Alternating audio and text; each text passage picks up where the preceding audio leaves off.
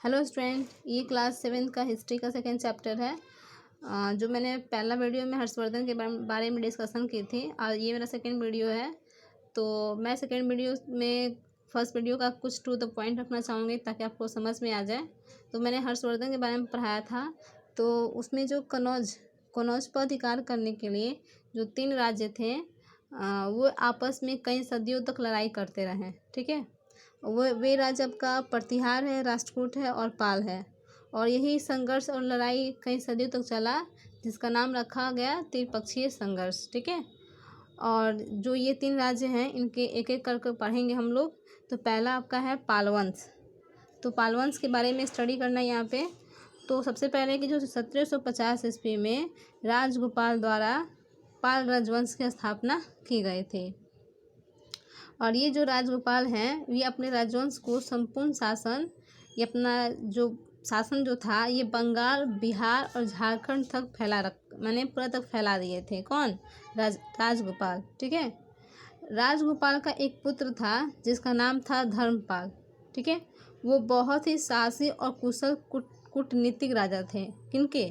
राजगोपाल के पुत्र। ठीक है, जो अपने शासन काल में ही वे अपने राज्य को बहुत ही विस्तार और शक्तिशाली बना दिए।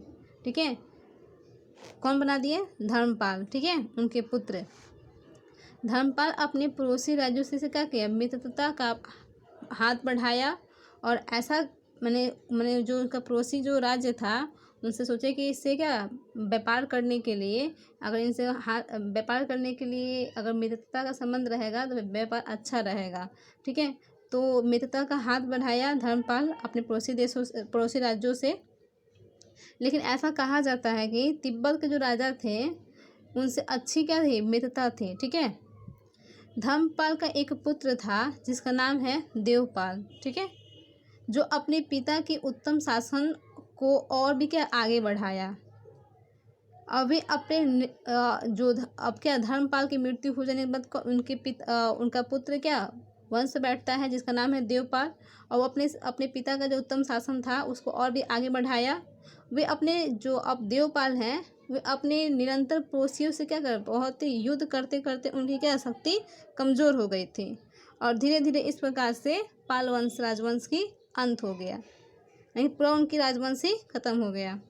तब जाके 1836 ईस्वी में प्रतिहार में कनौज का पाल राजवंश की सत्ता को हथिया लिया। कौन? जो प्रतिहार जो थे ना, प्रतिहार, वे पाल राजवंश की सत्ता को हथिया लिया।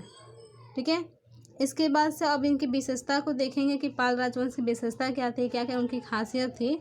तो वे जो थे ना, पाल राजवंश के जो थे वे बहुत ही साहित्य प्रेमी थे और उन्होंने कला साहित्य को बहुत ही बढ़ावा दिया था।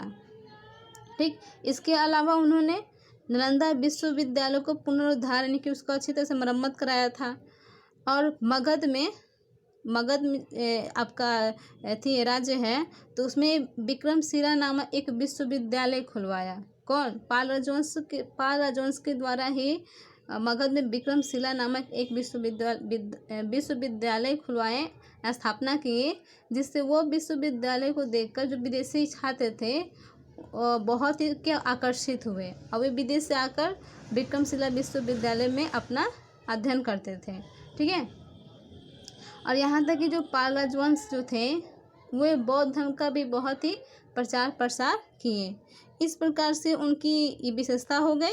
और 12वीं शताब्दी में मध्य में तब जाकर जब उनकी सत्ता समाप्त हो गई तो 12वीं शताब्दी में सेन राजवंश ने क्या किया? बंगाल पर अपना राजवंश को स्थापित किया। ठीक है, और जो सेन राजवंश थे पाल शासक यानी कि पाल राजवंश के बाद कौन शासक आया? सेन राजवंश। ठीक है, और ये जो इनका जो शासनकाल 1000 से 95 1858 तक चला बंगाल पे। ठीक है, और इस राजवंश के जो शासक क्या थे? बहुत ही महान थे। कौन? विजयसेन। ठीक है, और विजयसेन जब वहाँ के शासक बने बंगाल का, तो बंगाल को और भी क्या शांति समृद्धि कायम कर दिए। और इस वंश की पाल वंश के सबसे अंतिम शासक कौन थे? लक्ष्मण सेन। इसके बाद जो लक्ष्मण सेन उसके अंतिम शासक थे, तो ये जो इनको कौन हराया? तो तुर्की का जो एक जनरल बख्तियार खिलजी है उनसे युद्ध कर और जो तुर्की जो बख्तियार खिलजी है बंगाल को तुर्क में मिला लिया। इस प्रकार से पाल वंश और सेन वंश की सत्ता समाप्त हो जाती है।